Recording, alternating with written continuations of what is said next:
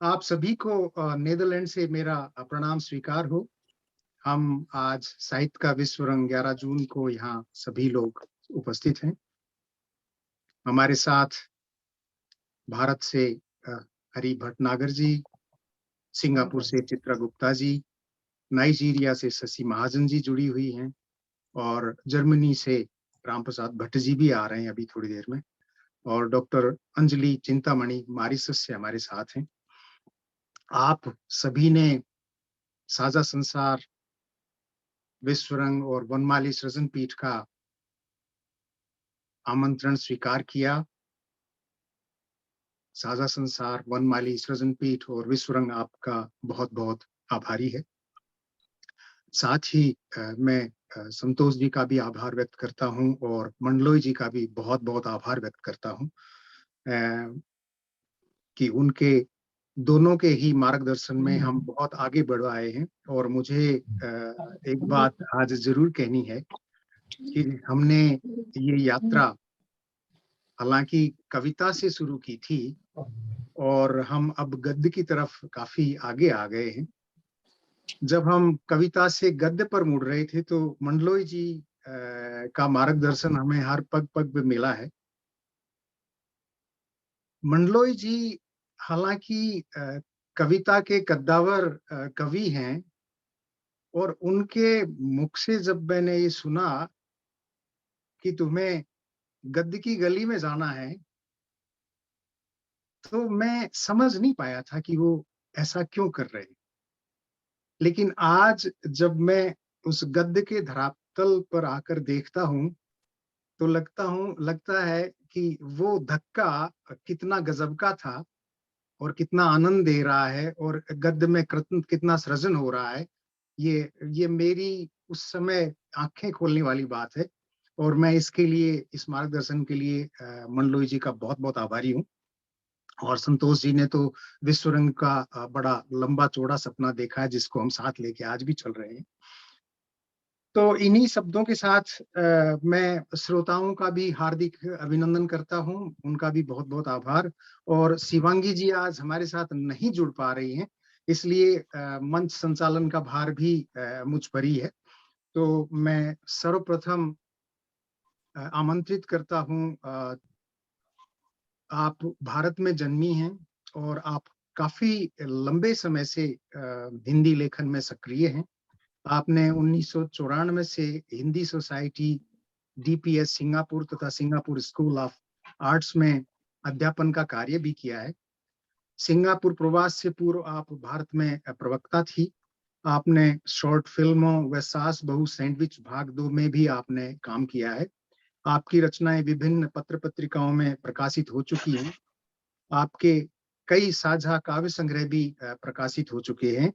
इन्हीं शब्दों के साथ मैं मंच सौंपता हूँ चित्रा गुप्ता जी को, सिंगापुर से। चित्रा गुप्ता जी, मंच आपका। जी, बहुत बहुत धन्यवाद रामा जी। पहले तो मैं सभी गुणीजनों को सस्नेह नमस्कार कहूंगी, और आपने मुझे आमंत्रित किया तो मुझे बहुत अच्छा लगा, बहुत प्रसन्नता हुई। तो वो सब बहुत अभिव्यक्त, बहुत शब्द हो जाएंगे। तो मैं कहानी भी लिखती हूँ। एक्चुअली वास्तव में मैंने जो लेखन शुरू किया था वो डायरी लेखन से शुरू किया था। उसके बाद कविताएं, और अध्यापक रही हूँ तो बहुत सारा लिखने का काम, मेरा स्वभाव भी है बच्चों के लिए निबंध वगैरह लिखने का। तो वो लिखने की एक आदत सी हो गई है, और बहुत सालों से कहानियां लिख रही हूँ। तो मेरी आज की कहानी है छठी इंद्रिय। यह आत्मकथात्मक शैली में है। कहानी मैं करके मैं बोल रही हूँ। पिछले 2 सप्ताह से मैं प्रोजेक्ट के काम से बंबई गया था। आज सुबह ही मेरठ आया हूँ। थका हुआ था इसलिए खाना खाकर सो गया। मैंने अपनी पत्नी नम्रता से भी कह दिया था कि वह मुझे ना जगाए। प्रोजेक्ट पूरा करने में व्यस्त था। लगभग 2 रातों से ठीक से नहीं सो पाया था। शाम को जब उठा तो नम्रता ने बताया कि दिनेश भाई साहब का फोन आया था। वे आपसे मिलने आने के लिए कह रहे थे। दिनेश की और मेरी दोस्ती 5वीं कक्षा से है। उसके पिता का तबादला मेरठ हुआ था तो उसका दाखला मेरी पाठशाला और मेरी ही कक्षा में हुआ था। तब से हमारी मित्रता पाठशाला में प्रसिद्ध हो गई थी। यहाँ मैं अपने सौभाग्य की दूसरी साथिन अपनी पत्नी के विषय में जरूर बताना चाहूंगा। मेरी पत्नी मेरी अंतरंग सखी है, यथा नाम तथा गुण। घर की जिम्मेदारी उसने सहर्ष उठा रखी है। उसकी बदौलत ही मैं निश्चिंत होकर अपने काम पर ध्यान दे पाता हूँ। उसने स्वेच्छा से गृहिणी जैसा दुष्कर उत्तरदायित्व स्वयं के लिए चुना। गृहिणी यह शब्द मेरे शब्दकोश में सर्वोपरि है। मेरी अर्धांगिनी सशक्त है, पर नारी सशक्तिकरण की पताका फहराने में यकीन नहीं रखती। जीवन की गाड़ी को सुचारू रूप से चलाने के लिए पुरुष और नारी दोनों के समर्पण की आवश्यकता होती है। हम दोनों ही ऐसा मानते हैं। अरे, मैं दिनेश की बात बताते बताते पत्नी के गुणगान में लग गया। हम दोनों तो साथ साथ बड़े हुए। दिनेश स्कूल का लोकप्रिय छात्र था। गणित में तो उसका कोई तोड़ नहीं था। बड़ी कक्षा के छात्र भी गणित प्रतियोगिता में उससे परास्त हो जाते थे। मैं उसकी तरक्की से प्रसन्न होता था। इसमें भी एक रहस्य है। वह मेरा लंगोटिया यार है, इसे मैं नकार नहीं सकता।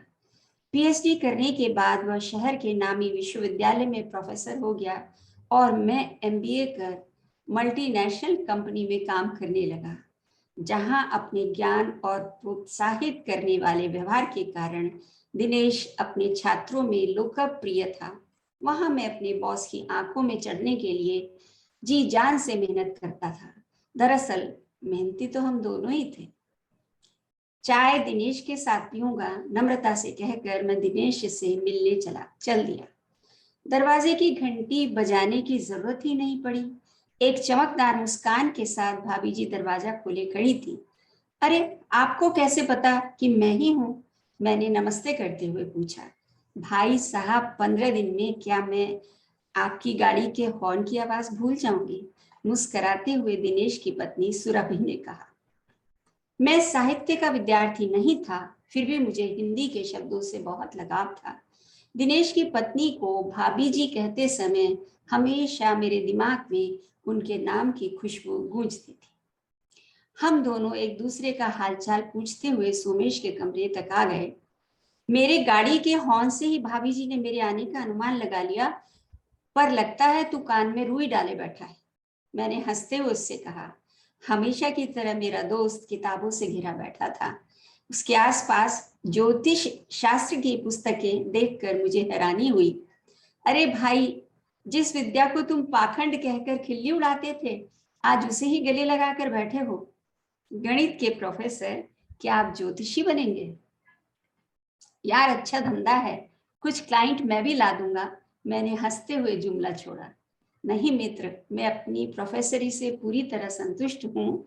अखबारों में आए दिन ज्योतिषियों के विज्ञापनों को देखकर उसको समझने की उत्सुकता हुई, इसलिए शौकिया पढ़ रहा हूँ। दिनेश ने कहा। भैया, ये कुछ सनका गए हैं। जितने भी रिश्तेदारों की जन्म की तारीखें याद हैं, बस उनका गुणा भाग करते रहते हैं।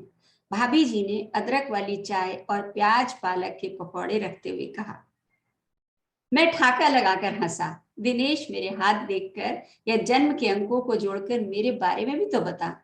तेज चीनी और इलायची वाली चाय, गरम पकौड़ों का आनंद लेते हुए मैंने कहा। इन किताबों को पढ़ते पढ़ते मेरी छठी इंद्री जागृत हो गई है।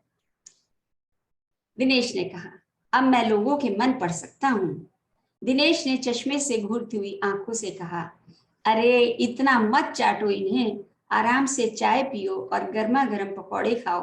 2 सप्ताह बाद मिल रहे हो, भाभी जी भी यही हैं, कुछ मजेदार सुनाओ, मैंने उसे छेड़ते हुए कहा। दिनेश कम बोलता था, मुस्कुराता ज्यादा था। हमेशा की तरह वह केवल मुस्कुरा रहा था। मानव स्वभाव से उत्सुक होता है। अच्छा बताओ, तुम्हारी छठी इंद्री ने किस किस का विश्लेषण किया? मैंने उत्सुकता से पूछा। दिनेश ने 2-3 रिश्तेदारों के नाम बताकर उनके व्यक्तित्व और उनसे अपने संबंधों के बारे में बताया। जिनके बारे में बताया मैं उनसे भली भांति परिचित था। उनके बारे में काफी बातें मुझे पता थी, पर कुछ बातें ऐसी बताई जिनसे मैं नितांत अनभिज्ञ था। मैं उससे कुछ हद तक प्रभावित हो रहा था, पर कुछ हद तक नहीं भी हो रहा था। मेरे बारे में तुम्हारी छठी इंद्रिय क्या कहती है? मैंने पुनः पूछा। तुम सचमुच सुनना चाहते हो? दिनेश ने मेरी ओर घूरते हुए कहा। हाँ हाँ, बताओ, मैं सचमुच सुनना चाहता हूँ, मैंने दृढ़ता से कहा। तुम 10वीं कक्षा से ही मेरे से ईर्ष्या करते थे।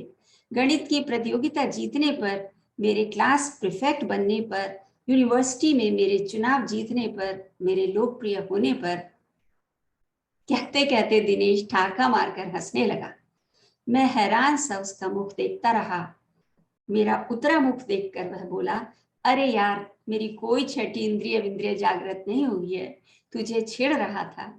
इतना कहकर दिनेश उठा और मेरे गले लग गया। वह पूरी गर्मजोशी से मेरे गले लगा था, पर मैंने भी गर्मजोशी का नाटक किया, थोड़े अनमने मन से। तभी भाभी जी गर्मा गर्म सूजी का हलवा लेकर आई। सूजी के हलवे की खुशबू से मेरे मुंह में हमेशा पानी आ जाता था, किंतु उस दिन गरम सूजी का हलवा देखकर मुंह में पानी आने का नाटक करना पड़ रहा था। हलवा खाते हुए हम तीनों आपस में हल्की फुल्की बातें कर रहे थे। भाभी जी और मुझे, हम दोनों को फिल्में देखने का शौक था। वे मुझे लेटेस्ट फिल्म के बारे में बता रही थी। मैं वार्तालाप में कुछ शामिल होने का उपक्रम कर रहा था। अच्छा, अब चलता हूं, कहकर मैं उठा। दोनों मुझे बाहर तक छोड़ने आए। शनिवार को नम्रता के साथ आना, भूलना नहीं। दोपहर का भोजन हम एक साथ करेंगे, दिनेश ने बहुत स्नेह से कहा। पूछकर बताता हूं, मैंने पूरी मुस्कुराहट से कहा। मैं वहां लगभग 2 घंटे बैठकर जा रहा था। गाड़ी में बैठे हुए सोच रहा था कि क्या दिनेश वाकई ज्योतिषी विद्या में पारंगत हो गया है? क्या उसने इस विद्या को भी गणित की तरह आत्मसात कर लिया है? वह कैसे मेरे मन की सच्चाई जान गया? आज मुझे स्वयं पर ग्लानि हो रही थी। धन्यवाद। बहुत सुंदर चित्रा जी, जीवन के बहुत सारे परिप्रेक्ष्य को आपने रेखांकित किया। नारी के समर्पण की बात की, जीवन की धुरी और दोस्ती की पगडंडी पर जो हिलोरें लगती हैं जीवन को, उनकी बात की। हालांकि विस्तार से मंडलोई जी इन समीक्षात्मक बात करेंगे, तो मैं आपका बहुत बहुत शुक्रिया करते हुए आगे बढ़ता हूँ। बहुत बहुत आभार आपका चित्रा गुप्ता जी, आपके समय के लिए और आपकी रचना साझा करने के लिए। धन्यवाद। और अब हम चलते हैं अफ्रीका की तरफ। वहां से हमारे साथ उपस्थित हैं शशि महाजन जी। और आपका जन्म जो है वो सोनीपत हरियाणा में हुआ, और आपकी शिक्षा दीक्षा भी सोनीपत से लेकर दिल्ली और पूना तक रही। आपके 2 काव्य संग्रह अभी तक छप चुके हैं, आकाश की छाया में और विदा आसमान विदा। और उपन्यास भी आपके प्रकाशित हो चुके हैं, 2 खुली खिड़कियों से प्रकाशित। और आप लंबे अरसे से नाइजीरिया में रह रही हैं। शशि जी, बहुत बहुत स्वागत है आपका। और मैं आपको आमंत्रित करता हूँ आपके रचना पाठ के लिए। मंच आपका, शशि जी। नाइजीरिया की राजधानी अबुजा से मैं शशि महाजन आप सबको नमस्कार करती हूँ। और मेरी कहानी का शीर्षक है करतार चाचा। एयरपोर्ट पर करतार चाचा लेने आए थे। जैसे ही मृदु ने उन्हें देखा, उसका दिल भर आया। कभी नहीं सोचा था कि एक दिन करतार चाचा इतने अपने हो जाएंगे। वो 5 साल की थी जब यह लंबा चौड़ा करतार पहली बार उनके घर आया था। उम्र होगी यही कोई 21-22 साल। शर्माता सा आंगन में पापा के सामने खड़ा था। पापा मम्मी से कह रहे थे, यह हमारे गांव के मैनेजर पहलवान का बेटा है, 10वीं पास है, यहाँ हमारी फैक्ट्री में नौकरी करेगा। इसके लिए पीछे वाली कोठरी खुलवा दो और यह खाना कुछ दिन हमारे यहाँ खाएगा। बच्चा है, धीरे धीरे अपना खाना बनाना सीख जाएगा। मम्मी करतार को देखकर मुस्कुरा दी। चल पहले खाना खा ले, फिर कोठरी खोल देंगे। वो वहीं बरामदे में सकुचाता सा पटरी बिछाकर बैठ गया। मम्मी ने उसके सामने खाने की थाली रख दी। एक बार खाने लगा तो सकुचाना भूल गया। इतनी रोटी खा गया कि उसके जाने के बाद मम्मी ने कहा, पूरा बकासुर है। पर वो बकासुर इतनी जल्दी घुल मिल गया कि जब जिसको जैसी जरूरत होती वो उसी रूप में ढल जाता। मृदु के साथ वो लूडो खेलता, उसको साइकिल की सैर कराता। घर में मेहमान आ जाते तो ट्रे उठाकर इधर उधर भागता। पापा ऑफिस से आ जाते तो उनके पीछे ट्रक पर सामान लदवाता। बैंक के काम करता, पापा की गाड़ी चलाता। वो बस हर फन मौला था। फिर एक दिन कारगिल की जंग छिड़ गई और पापा ने बताया करतार सेना में भर्ती हो गया है। और कुछ ही दिन में सब करतार को भूल गए। सब अपनी जिंदगी के पुराने ढर्रे पर लौट गए। 6 महीने बीत गए थे जब से वो गया था। एक दिन मृदु शाम के वक्त गली में खेल रही थी कि उसने दूर से पापा को किसी फौजी के साथ आते देखा। ध्यान से देखा तो करतार था। अरे करतार तू, मृदु ने आश्चर्यचकित होते हुए कहा। करतार आकर मुस्कुरा दिया। मृदु खेलकर घर आई तो आश्चर्य से देखा करतार सोफे पर बैठा पापा के साथ चाय पी रहा है। मृदु ने पास आकर कहा, करतार तू तो बिल्कुल बदल गया है। करतार नहीं, करतार चाचा। वो देश की रक्षा के लिए अपनी जान पर खेलकर आया है। जी पापा। और मृदु ने बड़े आदर के साथ सैल्यूट ठोक दिया। पापा हंस दिए और करतार ने मुस्कुराकर उसका सिर थपथपा दिया। करतार जाने लगा तो मम्मी ने उसे एक पैकेट थमा दिया। ये तुम्हारी बहुरिया के लिए है। करतार ने आदरपूर्वक ले लिया। दिन महीने साल बीतते रहे। करतार फिर कभी नहीं आया। उसकी चिट्ठी जरूर पापा के पास नियम से आ जाती, जिसमें उसकी जिंदगी में क्या हो रहा है उसका पूरा ब्यौरा होता। पापा को अब वह साहब की जगह बाबूजी लिखता था। मम्मी को माँ और मृदु के लिए दीदी लिखता था। मृदु की शादी हो गई। वो अमेरिका चली गई। मम्मी और पापा एकदम अकेले पड़ गए। मृदु को अपराध बोध सताने लगा। इतने में कोविड आ गया और दुनिया जहां थी वहां ठहर गई। मृदु दिन रात अपने मम्मी पापा के स्वास्थ्य के लिए डरने लगी। और फिर एक दिन वीडियो कॉल पर देखा उनके साथ करतार बैठा है। मृदु ने राहत की सांस ली। उसे लगा अब सब ठीक है। घबराओ मत दीदी, मैंने प्री मैच्योर रिटायरमेंट ले ली है और जब तक सामान्य नहीं हो जाता मैं यही रहूंगा। और तुम्हारा परिवार? वो सब गांव में है, ठीक है। मृदु ने देखा कुछ ही दिनों में उसके माँ बाप जवान लगने लगे हैं। उनसे जब भी बात करो उनकी हर बात में करतार का जिक्र होता।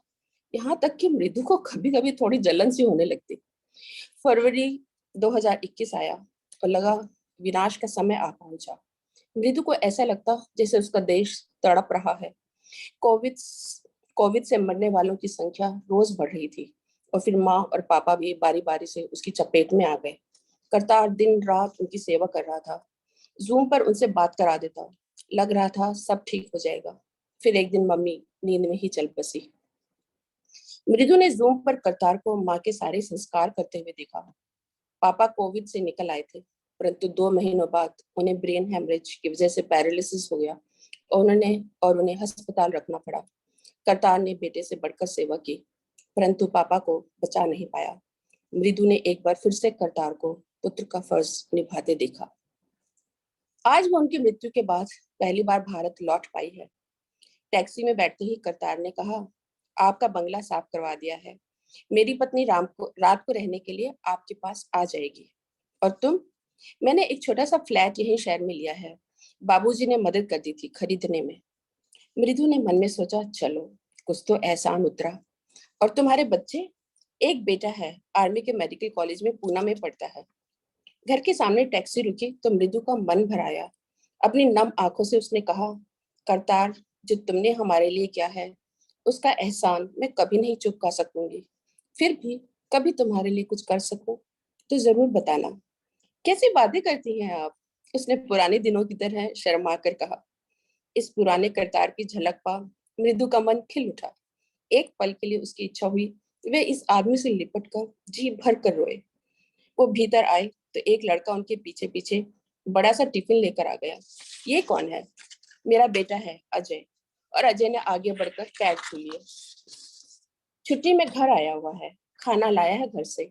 हमने सोचा अभी बीमारी गई नहीं है पूरी तरह से, आप बाहर का ना खाएं तो बेहतर होगा। करतार के इस अपनेपन से मृदु का मन फिर भीगने लगा। आप चाय पियेंगी ना? अजय किचन से 2 कप चाय ले आया। मैं कल यहाँ सारा सामान रख गया था, उसने चाय थमाते हुए कहा। देर शाम तक करतार सारा हिसाब समझाता रहा। घर के कागज, प्लॉट के कागज, फिक्स डिपॉजिट, लॉकर की चाबियां, गहने और भी ना जाने क्या क्या। मैं कल आऊंगा, आज आराम कर लो, कल से काम शुरू करेंगे, फिर एक दिन पूजा भी रखेंगे, आपके सब रिश्तेदारों को बुलाकर ब्राह्मण भोज भी तो करना होगा। करतार चला गया तो घर का एक एक कोना सूखने लगी। अजीब सुकून मिल रहा था उसे। फिर इस घर में सांस लेने मात्र से समीर का अमेरिका से फोन आया तो जैसे वो तंद्रा से जाग गई। हेलो, सब ठीक है ना? हाँ, सब ठीक है।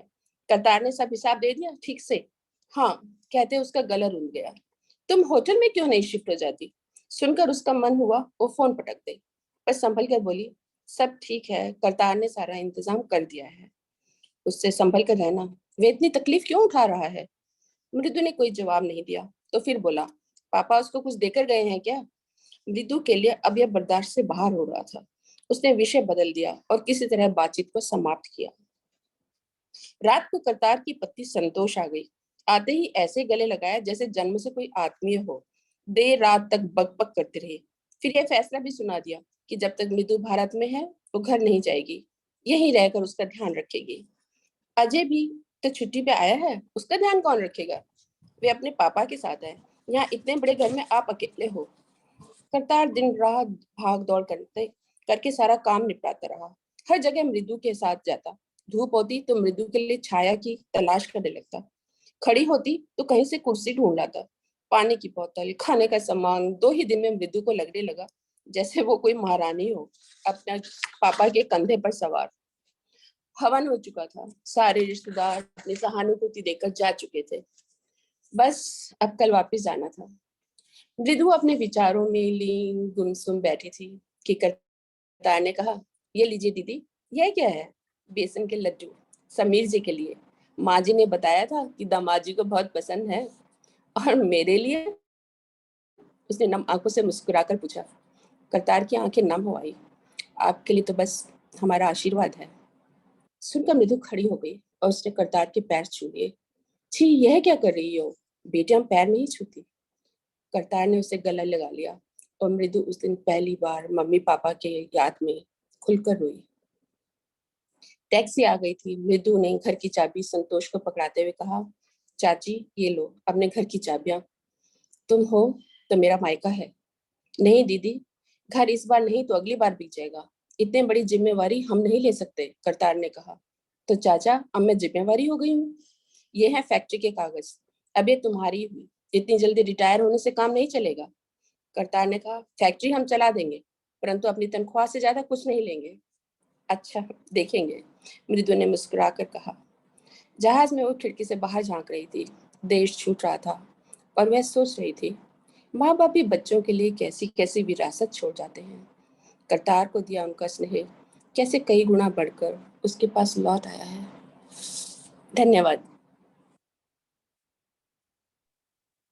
बहुत बहुत आभार शशि जी। करतार चाचा समस्त कहानी को सार्थक करता संबोधन। आपने कारगिल 1999 से कोविड काल तक की याद दिला दी और करतार चाचा सदा इस कहानी के किरदार बने रहे, इस कहानी के धागे बने रहे। बहुत बहुत आभार आपका। और इसी के साथ हम आगे चलते हैं। अब मॉरिशस की तरफ, वहां से हमारे साथ जुड़ी हैं डॉक्टर अंजलि चिंतामणि जी। आपका जन्म मॉरिशस में हुआ है और आपने मॉरिशस विश्वविद्यालय से ही बीए ऑनर्स में हिंदी की है। साथ ही आपने स्नातकोत्तर भी हिंदी विषय से ही की है। साथ ही साथ आपने भारत से के सिकोहाबाद से जेएस विश्वविद्यालय से आपने हिंदी में पीएचडी की है और इस समय आप हिंदी विभागाध्यक्ष हैं। आपके बहुत सारे आलेख विश्व की अनेक पत्रिकाओं में प्रकाशित हो चुके हैं। आप अनेक राष्ट्रीय व अंतर्राष्ट्रीय कॉन्फ्रेंस में भाग ले चुकी हैं। कई सम्मान आपकी झोली में आ चुके हैं। आप मैंने अभी इंदौर में भी आपको सुना था। आप जिस गति से और जिस साहस और उत्साह के साथ हिंदी भाषा के उन्नयन के लिए कार्य कर रही हैं और आपका व्यक्तित्व जिस तरीके से हिंदी भाषा के लिए समर्पित है, वाकई ये एक हिंदी भाषा की हिंदी भाषा आपको पाकर धन्य है। इन्हीं शब्दों के साथ मैं आमंत्रित करता हूँ डॉक्टर अंजलि चिंतामणि जी को। अंजलि जी आइए। जी, मंच आपका। नमस्कार रामा जी, मेरी आवाज आ रही है आप तक अच्छी तरह से? जी, बहुत अच्छी तरह से आ रही है। बहुत बहुत धन्यवाद। एक तो आपसे मिलना हुआ इंदौर में, यह मेरा सौभाग्य रहा। काफी विचारों का आदान प्रदान हुआ और आपने मुझे आज साझा संसार से और विश्व रंग से जुड़ने का अवसर दिया है, इसके प्रति मैं आभारी हूँ। और साथ ही साथ विश्व भर के कोने से जितने सहभागी रचनाकार यहाँ जुड़े हुए हैं, आप सभी को नमन, और जितने लोग मुझे सुन रहे हैं, आप सभी को हार्दिक आभार और नमस्कार। मूल रूप से मैं तो अधिकतर समीक्षाएं आदि लिखती हूँ और शिक्षाविद हूँ, और इस रूप में मेरे लेख जितने हैं वो शिक्षण से जुड़े हुए हैं। लेकिन आज जिस विषय पर मैं कुछ विचार अपने देना चाहूंगी वह है मॉरिशस का हिंदी साहित्य। और थोड़ा सा मुझे अलग लग रहा है क्योंकि शुरुआत गद्य से हुई और मुझे लगा था, क्योंकि पहली बार जुड़ी हूँ कार्यक्रम से, मुझे लगा यह पद्य से अधिक होगा। तो कुछ विचार मैं पद्य से ही संबंधित आपके सामने रखूंगी। मूल रूप से जो प्रवासी देशों की जब बात होती है, विशेषकर जब मॉरिशस की बात होती है, तो हम छोटे भारत की चर्चा करते हैं और मॉरिशस तो छोटे भारत की तरह ही जाना जाता है। यहाँ का हिंदी साहित्य बड़ा ही समृद्ध है और लगभग 150 सालों की यह जो एक यात्रा है मॉरिशस की हिंदी साहित्य से संबंधित, काफी लंबी है और इसमें अलग अलग सोपान हुए हैं। अब वैसे तो मेरा अधिक मैं विचार देने वाली थी, लेकिन चूंकि बहुत दिलचस्प कहानियां हमने सुनी, तो क्यों ना मैं सोचती हूँ 2-3 कविताओं के माध्यम से ही मैं मॉरिशसिया हिंदी साहित्य को आपके सामने प्रस्तुत करूं। देखिए, जब हम हिंदी साहित्य की बात करते हैं, विशेषकर मॉरिशस की, तो उसकी पृष्ठभूमि आरंभ में ही 1834 से अगर हम लें, लगभग 1920 तक आप्रवासन काल चला था। और उस जगह पर वह एक स्थिति थी, वह एक समय था जबकि हमारे भारतीय पूर्वज अलग अलग प्रांतों से निकलकर मॉरिशस आए थे। यहाँ आकर वे मजदूरों के रूप में यहाँ ईख की खेती में काम करने आए थे। उनका मोह भंग हुआ क्योंकि उन्हें लगा था कि जीवन अधिक अच्छा होगा, यहाँ पर पत्थर उलाटने से उनको सोना प्राप्त होगा और उनका जीवन खुशहाल हो जाएगा। लेकिन मोह भंग इस दृष्टि से हुआ कि काफी दुख हुआ, अनेक प्रकार के शोषण हुए अंग्रेजों के माध्यम से, लेकिन फिर भी अपनी संस्कृति और अपनी भाषा को उन्होंने उसका संरक्षण किया। और आज मुझे नाज है कि मैं 5वीं पीढ़ी हूँ मॉरिशस में, और अपनी तरफ से तुच्छ प्रयास है कि हिंदी और संस्कृति को उजागर करने के लिए, उसकी रक्षा करने के लिए हम सभी कार्यरत हैं। तो हिंदी साहित्य की चर्चा में हम पंडित वासुदेव विष्णुदयाल, पंडित लक्ष्मी नारायण चतुर्वेदी, रसपुंज जी को, राष्ट्र कवि ब्रजेंद्र मंगर, भगत मधुकर जी को भूल नहीं सकते। उस समय की जब कविताओं का दौर शुरू हुआ था, महात्मा गांधी जी मॉरिशस आए थे साउथ अफ्रीका जाते हुए। उन्होंने यहाँ की स्थिति देखी, उन्होंने मणिलाल डॉक्टर को मॉरिशस भेजा और मणिलाल डॉक्टर के आने से किस तरह से हिंदुस्तानी पत्रिका छपने लग गई और धीरे धीरे उस समय के भारतीयों को अवसर मिला कि वे हिंदी में कविता, गद्य, कहानियां आदि लिखने लग गए। उसी दौर की एक कविता मैं आपके सामने रखूंगी, क्योंकि उस समय हिंदी भाषा, हिंदी गान की चर्चा हो रही थी। हिंदी के गौरव गान को लेकर अनेक कविताएं लिखी जा रही थी। लोगों में वही भावना जगाने के लिए एक सुंदर कविता है, मित्रों से प्रार्थना।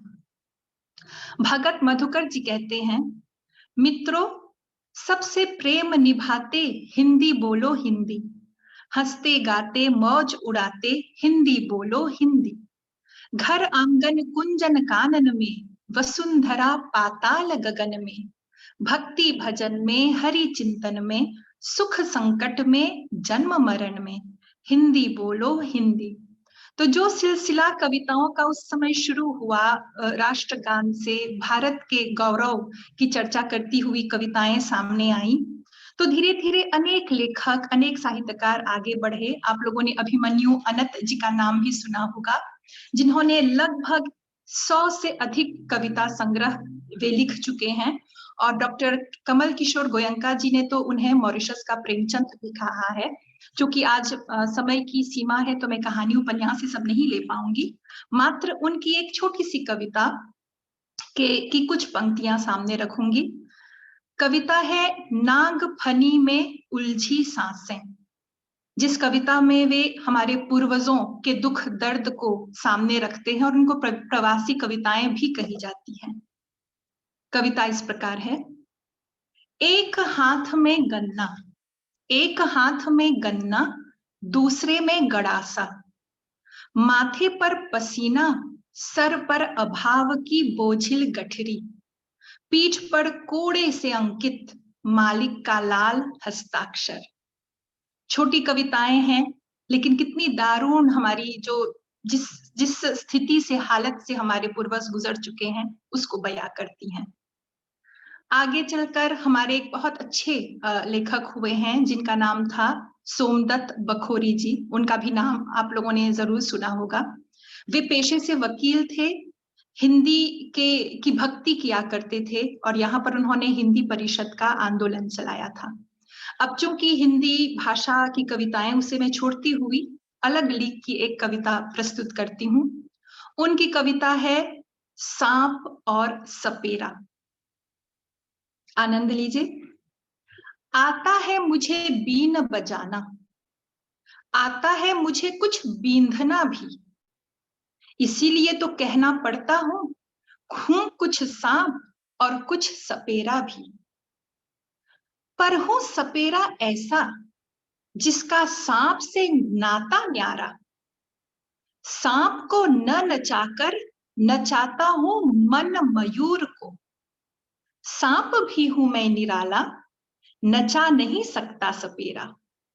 सुन सुन बीन मैं डंक मारता, मारने को नहीं जिलाने को। तो इस तरह से अलग लीक की कविता सांप और सपेरा से वैसे तो हम लोग डरते हैं, लेकिन यहाँ पर जो सपेरा है वह तो जिलाना चाहता है और जो सांप है वह मारना नहीं चाहता।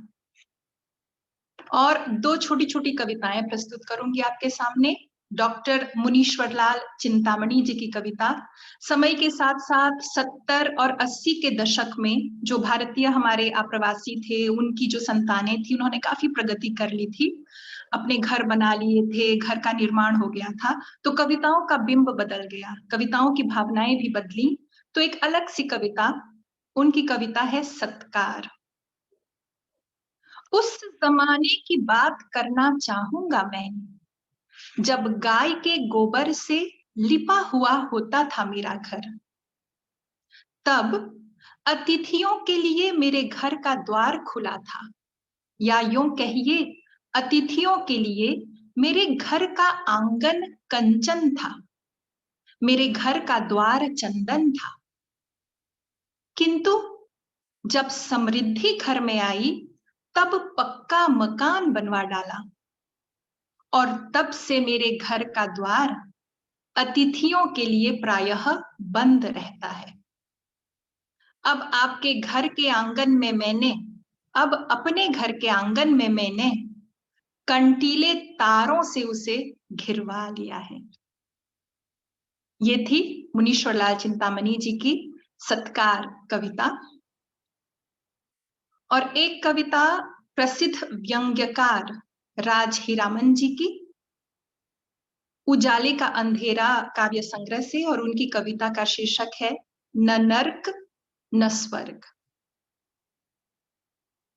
वे कहते हैं, हे ईश्वर, न नर्क का भागी हूं, ना ही स्वर्ग का इच्छुक, इसीलिए तुम मुझे कभी नर्क नहीं भेजना, क्योंकि धरती का नर्क तुम्हारे नर्क से कहीं बदतर है।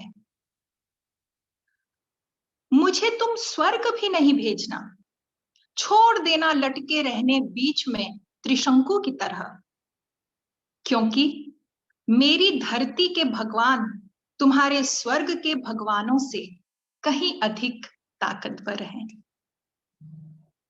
तो बस आज केवल 2-3 कविताओं के माध्यम से किस तरह से अलग अलग प्रकार की कविताएं मॉरिशस में लिखी जा रही हैं, और धीरे धीरे एक नई पौध भी है, आज के नौजवान भी हैं जो अनेक सुंदर से सुंदर कविताएं लिख रहे हैं और हमारे छात्र भी लिख रहे हैं।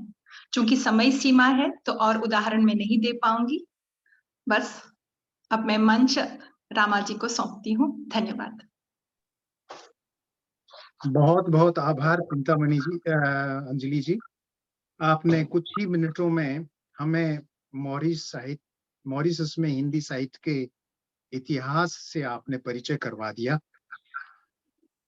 आपने हिंदी बोलो हिंदी से शुरू कर और आपने राज हीरामन जी की कविता तक आप हमें ले आई, और ये एक लंबी यात्रा है। आपकी अभिव्यक्ति से और आपके शब्द चयन से और भाषा शैली से लगता है कि आपको हम फिर बुलाएंगे और फिर आगे बात बढ़ेगी हमारी आपकी। और आपने जी बहुत सारे साहित्यकारों से हमें परिचय करवाया, तो आपका बाकी विस्तार से मंडलोई जी इस बात पर चर्चा करेंगे। मैं आपसे यहीं विदा लेता हूं। आपका बहुत बहुत आभार। और मैं आगे बढ़ता हूं राम प्रसाद भट्ट जी के लिए। भट्ट जी, आप उपस्थित हैं? मुझे लगता है भट्ट जी अभी नहीं आ पाएंगे, तो मैं अगले साहित्यकार की तरफ बढ़ता हूं। अगले साहित्यकार हमारे भारत से हैं, और आप उत्तर प्रदेश के छोटे से कस्बे राठ हमीरपुर में जन्मे हैं।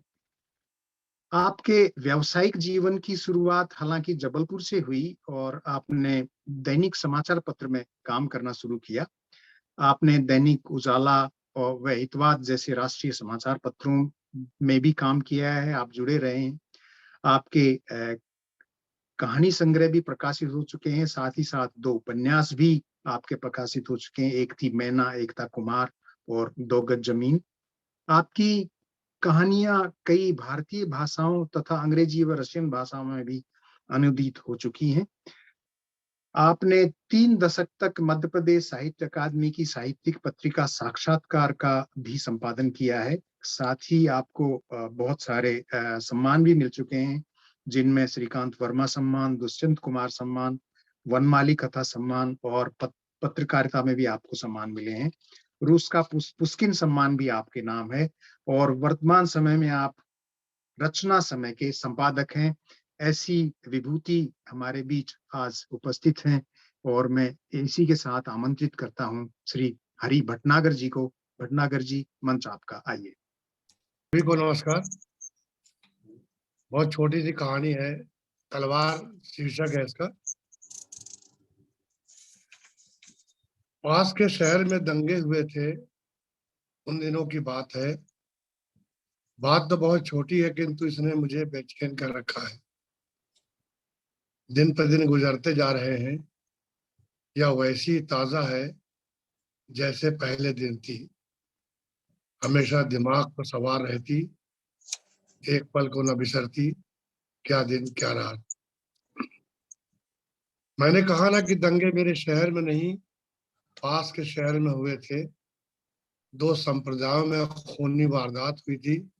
अरे नहीं है इसका नाम, बहुत लोग मारे गए थे, जगह जगह आग लगी थी, धुआं उठ रहा था, लोग चीख चिल्ला रहे थे और शहर छोड़कर भाग रहे थे दूसरी जगह पनाह के लिए। मेरे शहर में ऐसा कुछ न था, था तो सिर्फ इस वारदात का आतंक। लोग चौकन्ने थे, अपने में सिमटे, भयभीत थे। जरा भी कुछ होता या कोई बदहवास सा भागता तो बाजार के शटर गिरने लगते, लोग घरों में घुसकर अंदर से कुंडी चढ़ा लेते। क्षण भर में गलियां, रास्ते सूने हो जाते। एक बार गश्ती पुलिस का घोड़ा बिदका कि भगदड़ मच गई, इस सनसनी के साथ कि दंगा हो गया। पल भर में रास्ते वीरान हो गए। जहां शोर के मारे कुछ सुनाई नहीं पड़ता था, वहां कौवे की काव काव गूंज रही थी। बाद में लोग इस अफवाह पर हंसे, पर सनसनी की धुकधुकी दिल में समाई थी। एक दूसरे को लोग शक की निगाह से देखते और घर से बाहर बहुत ही मजबूरी में निकलते, डरते कहीं कुछ हो न जाए। ऐसी ही मजबूरी में एक शाम में बाजार के लिए निकला। मिट्टी का तेल लाना था, एक बूंद न था। पड़ोसियों से कई कट्टी उधार ले चुका था। अब हिम्मत न पड़ती थी मांगने की, सो निकला कट्टी लिए। यह जो रास्ता है कमला पार्क से खिरनी मैदान की तरफ जाने वाला, उस तरफ बढ़ने पर ढाल, फिर लंबा चढ़ाव आता है। चढ़ाव से पहले बाएं हाथ पर बड़े तालाब का शोर है, बड़े तालाब का छोर है। छोर पर अमन होना चाहिए, किंतु वहां हरहराहट है, और इस हरहराहट की शिकार है एक पुरानी मस्जिद। पानी उसकी काई भरी दीवारों पर पछाड़े खाता। आप वहां खड़े हो तो भीग जाए। पता नहीं क्यों मुझे वहां खड़े होने मजा आता, और वहां आकर जाकर ही मुझे लगता कि मैं एक मचलती नाव पर सवार हूँ। बहरहाल मस्जिद से थोड़ा हटकर, यानी चढ़ाव की तरफ, कई टूटे फूटे मकान हैं, जिन्हें देखकर लगता कि ये किसी पुरानी इमारत के खंडहर हैं, जिन्हें लोगों ने खपरेल टीन टप्पर डालकर रहने लायक बना लिया है। मैं इन मकानों की बात नहीं कर रहा हूँ, उस मकान के बारे में बता रहा हूँ जो इनसे थोड़ा हटकर है।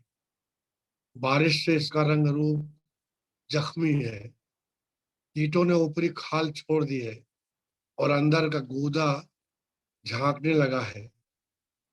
दरवाजे पर पर्दानुमा धुआं खाया टाट पड़ा है। टाट बीच बीच में फटा है और जमीन पर लथड़ा है। मकान के पास ही स्कूटर मरम्मत करने की 2-4 दुकानें हैं, जिनके बाहर चिकट नम जमीन पर मैकेनिक स्कूटर दुरुस्त करने में मशगूल रहते। मकान के सामने एक बड़ा सा पत्थर पड़ा है। पत्थर पर झुका 8-10 साल का एक लड़का है। यह लड़का जो पत्थर पर झुका है फटीचर हालत में है। तन पे उसके एक फटी सी कमीज है। शरीर काला मैल से फूला दिख रहा है कि मलने से बत्तियां छूटने लगे, झड़ने लगे। इसके बावजूद उसके चेहरे पर भोलापन, एक ऐसा सलोनापन है जिससे वह सुंदर लग रहा है। उसके हाथ में एक पुरानी जंग खाई तलवार है, और वह पत्थर पर रगड़ कर उसमें धार रख रहा है। जब मैं पास से गुजरा तो लड़का तलवार रगड़ते रगड़ते रुका। उसने मेरी ओर देखा, जैसे शिनाख्त कर रहा हो। मुझे बरबस हंसी आ गई। एकाएक माहौल को देख मैं संजीदा हो गया। इस बीच वह लड़का सीधा तन का खड़ा हो गया। मेरे चेहरे में उसे कोई ऐसी चीज दिखी जिससे वह रोश में भर उठा। उसने तलवार नीचे से ऊपर इस तरह लहरा कर तानी जैसे कुशल तलवारबाज करता है। मैं कुछ बोलता कि वह मुझे माँ की गाली देता, ललकारने लगा। आज तुम्हारी अम्मा थी, वह तुतलाता है, मार डालेंगे छाले तुम्हें। मुझे गुस्सा आया कि छटाक भर का है, जमीन से उठा नहीं, और ऐसी बातें। माथे में बल आया कि उस लड़के ने फिर गाली दी और तलवार लहराने लगा जैसे मार देगा। मैंने उसे जोर से झिड़का और फिर शांत लहजे में कहा, काहे को मारोगे, मैंने क्या किया है। इस पर उसने तलवार जमीन पर रखी और दोनों पंजे मुंह के सामने कर उन पर थूका। पंजा रगड़ते हुए उसने बायां पंजा गले में पड़ी ताबीज को छूते हुए बाईं जांग पर मारा, और दाएं दाएं हाथ से तलवार संभालता मुझे एकटक देखता गाली देता, भूला, तुम हमारी जात के नहीं, खूनी हो, हम तुम्हें जान से मार डालेंगे। यह कहते कहते उसने तलवार लहराई और जोरों से पत्थर पर दे मारी। पत्थर पर रगड़ से चिंगी सी छूटी। तुम्हारी ही जात का हूं मैं। मुंह से यह बात फूट पड़ी। बचकानी लगने के बावजूद मुझे शर्म सी लगी जब स्कूटर मैकेनिक उस पर जोरों से हंस पड़े। हंसते हंसते वे हाथ हिलाने लगे, जैसे कह रहे हो कि काहे लौंडे लपाड़ी के मुंह लगते हो, आगे बढ़ो, चलते बनो। इस बीच लड़का सपाटे से टाट वाले पर्दे को हटाता घर में घुसा, तलवार लिए, और हाथ में बड़ा सा लठ ले आया, खींचता हुआ। लठ उसने जमीन पर पटका, जैसे तलवार के टूटने पर उसका इस्तेमाल करेगा। लठ की झनक को पैर तले दबाता अब वह तैश में आ गया और क्रोध में बेतहाशा गालियां बकने लगा। तलवार पर सख्त पकड़ की वजह से हाथ और गले की नसें तन गई। उसके चेहरे पर से वह भोलापन और सलोनापन गायब हो गए जो कुछ क्षण पहले थे, और उनके स्थान पर एक ऐसी क्रूरता आ जमी जो भयानक और विभत्स लगती है। जैसा कोई औरत हंसी। मैंने देखा पर्देनुमा टाट को उठाए, चिकट धोती पहने, उलझे बाल बेतरह खुजलाती एक औरत थी। शायद लड़के की माँ थी। लड़के के कर्तव्य पर निहाल थी और हंस रही थी। मैकेनिक भी जोर जोर से हंसे जा रहे थे। अब वे तालियां बजाने लगे, जैसे किसी धुन पर समान ताल दे रहे हो। साथ में आवाजें भी लगाने लगे, वाह वाह वारे पहलवान, बकअप बकअप। ये आवाज तेज से तेजतर होती गई। मेरा चेहरा सफेद कागज सा हो गया। सहसा लड़के की हरकत और लोगों की स्वरूप से घिन से भर उठा और ढेर ढेर सा थूकने लगा। यह घिन इतनी बढ़ी कि मेरा वहां रुकना दुश्वार हो गया। मैं आगे बढ़ा। पीछे हंसी गूंज रही थी और ललकार, वाह वाह वारे पहलवान, बकअप बकअप। लड़के की यह आवाज भी, तो हमारी जात के नहीं, हम तुम्हें मार डालेंगे जान से। झटके के साथ तेजी से मुड़ने के कारण टीन की कट्टी मेरे घुटने से टकराई और दर्द भरी टीस उठी। लेकिन दर्द में पी गया और आगे बढ़ते बढ़ते मैंने एक बार पलट कर पीछे देखा। दांत भींचे लड़का तलवार लहरा रहा था, उछल उछल कर। उसके चेहरे पर वही क्रूरता थी। लड़के की माँ के दांत निकले थे और मैकेनिक ताली पीट पीट कर हंसे जा रहे थे। मैं काफी आगे निकल आया था। आवाज अब सुनाई नहीं पड़ रही थी। उनकी तालियां लोटपोट होने और बाहर निकले दांतों से ऐसा लग रहा था। नुक्कड़ पर आकर मैं खड़ा हो गया। मन हुआ पलट कर पीछे देखूं, लेकिन पीछे देखने की हिम्मत नहीं हो रही थी। जान रहा था कि लड़का गाली बकता, तलवार भांज रहा होगा, माँ निहाल होगी, लोग आवाजें लगा लगा कर तालियां बजा रहे होंगे। उस वक्त कांप रहा था मैं। धन्यवाद साथियों, ये तलवार कहानी थी। बहुत बहुत धन्यवाद। बहुत बहुत शुक्रिया भटनागर जी, आपने बहुत रोचक बात बताई और मन किस तरह से, मानसिकता किस तरह से समाज को और जीवन को निचोड़ती है, किस तरह से आपकी तलवार बड़ी एक बड़ी रेखा के रूप में एक टूटती बिजली की तरह का प्रतीक है। धर्म और संप्रदाय के भय के तल जीवन जो है वो इन सब के भय के तले दबा है। आपने बहुत बढ़िया कहानी सुनाई हमें और आपका बहुत बहुत आभार। आपको बहुत दिनों से सुनने की इच्छा थी, आज ये अवसर भी आया हमारे। धन्य हुए आप ये कहानी सुनकर आपसे। और मैं इसी के साथ आपको धन्यवाद देते हुए आगे बढ़ता हूँ। इस संस्मरण का शीर्षक है बोनस मदर। हालांकि मेरा ये सुनाना इस आयोजन में शामिल नहीं था, लेकिन भट्ट जी नहीं आ रहे हैं तो मैं सोच रहा हूँ ये अवसर मैं ले लूं। और मेरी इस रचना का शीर्षक है बोनस मदर। एक मित्र युगल से कोरोना वायरस के चलते 1.5 वर्ष से मिलना नहीं हो पाया था। वे काफी दूर रहते हैं, लगभग 150 किलोमीटर दूर। मैं और मेरी पत्नी, हम दोनों विगत सप्ताहांत में उनसे मिलने गए।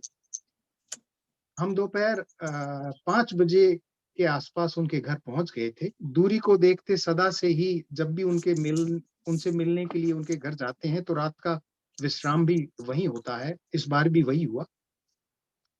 यहाँ मैं इस बात की चर्चा करना भी ज़रूरी समझता हूँ कि हॉलैंड में शाम के भोजन को लेकर एक बहुत सामान्य आदत है यहाँ के लोगों की, एक परंपरा है यहाँ पर।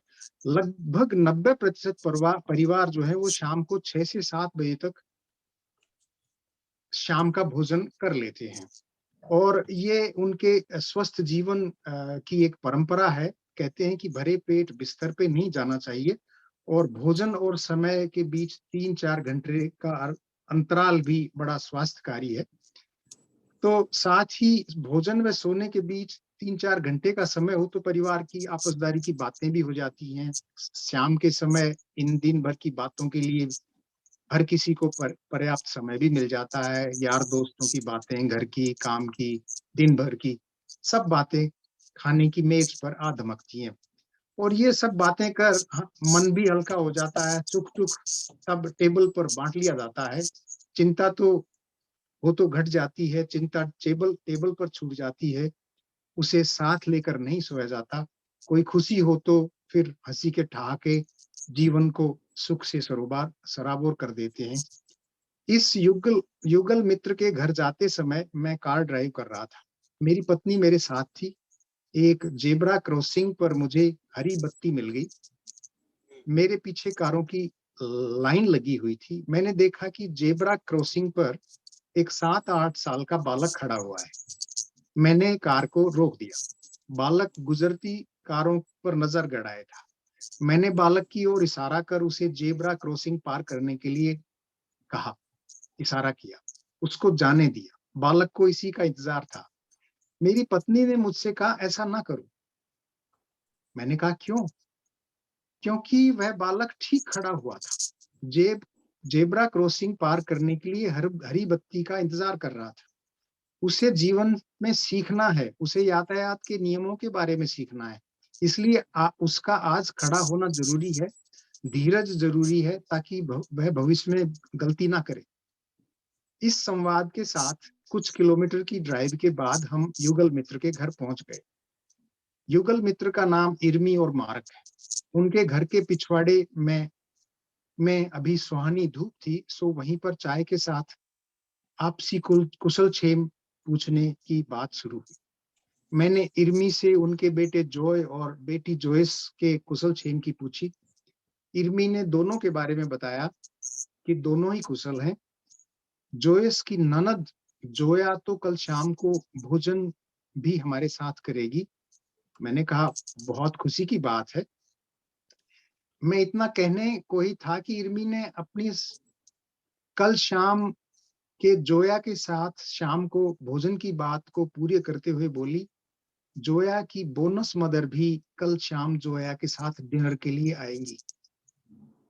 बोनस मदर, इन 2 शब्दों को सुनकर मेरा मुंह खुला का खुला रह गया। ये बोनस मदर कहाँ मिलती है?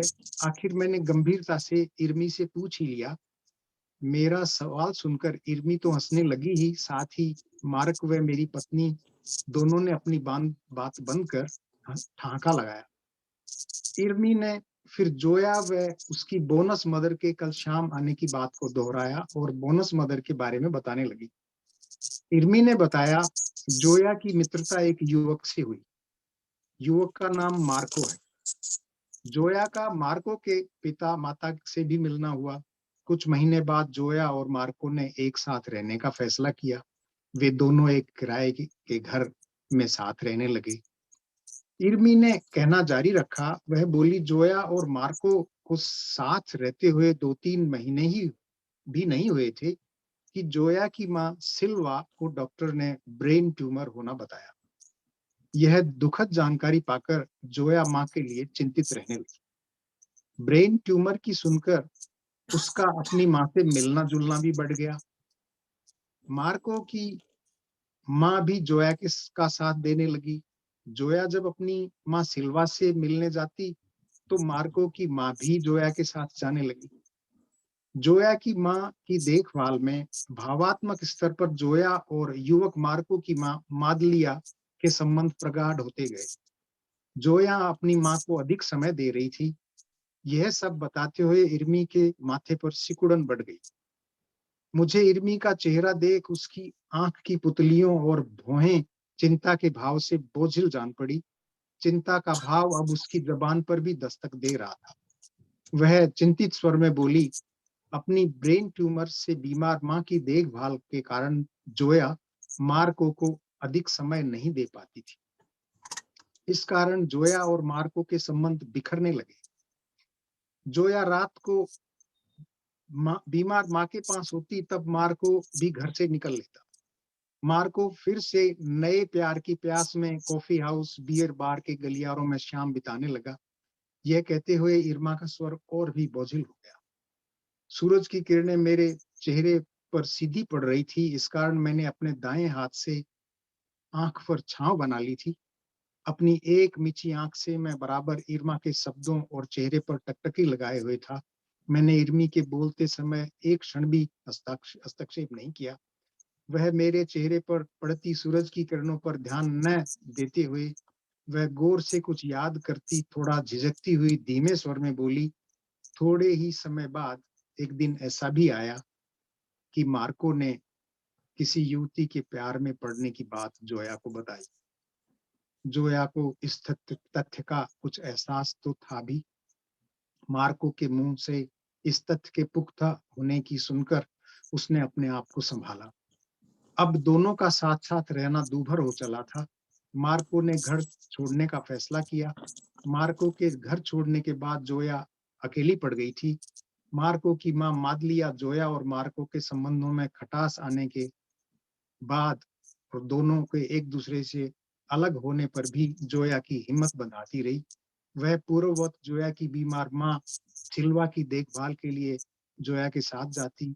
वह जोया की मां के घर की साफ सफाई में भी पूरा हाथ बटाती।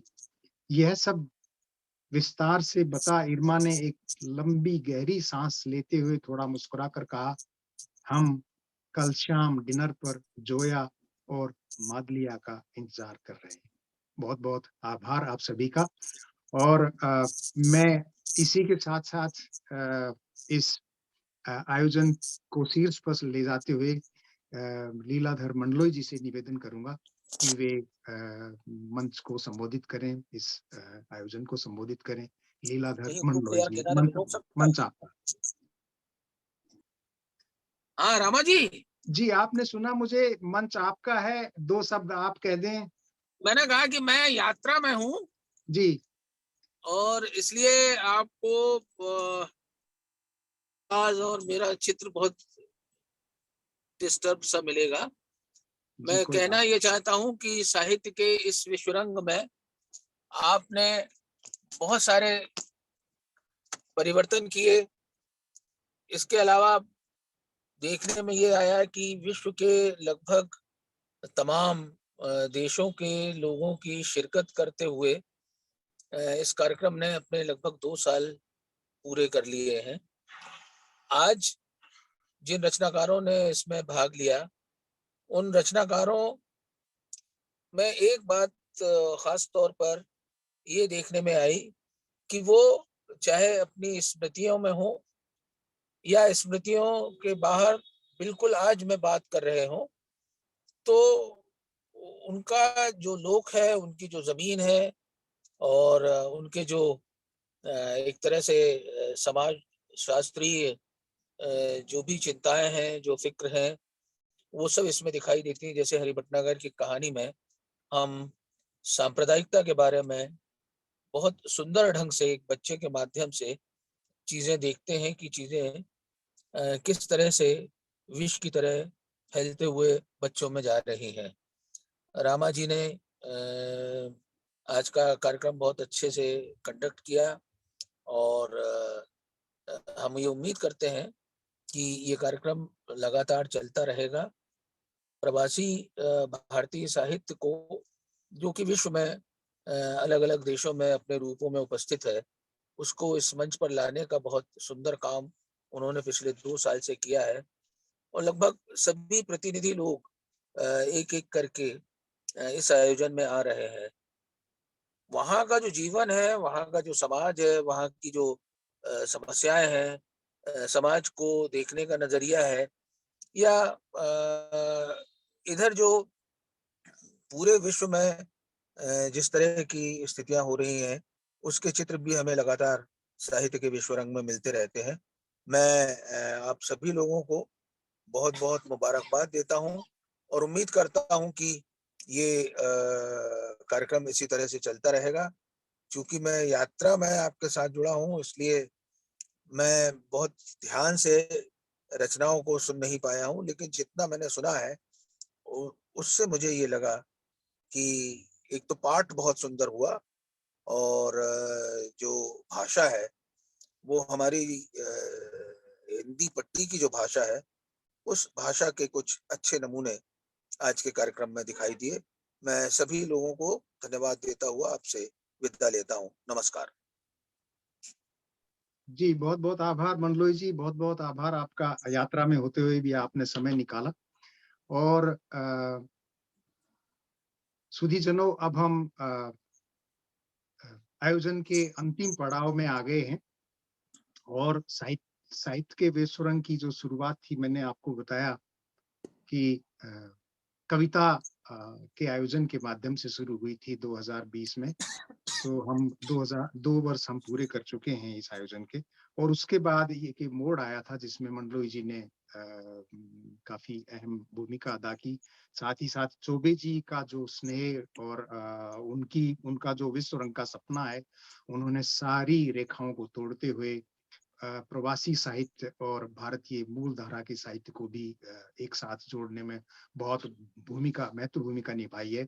और आज हम ये देखते हैं कि जितने भी आयोजन भारत में आज होते हैं, उनमें अंतर्राष्ट्रीय होने की एक होड़ सी लगी हुई होती है। तो इस सब का बहुत सा श्रेय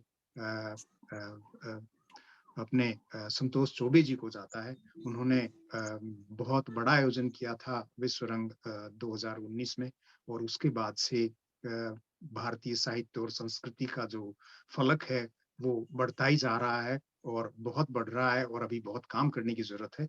तो हम इस आयोजन को आगे भी बढ़ाते रहेंगे। जैसा कि मैंने आपको पहले बताया कि मंडलोई जी का मार्गदर्शन भी हमें समय समय पर बहुत छोटी-छोटी बातों के साथ मिलता रहा है।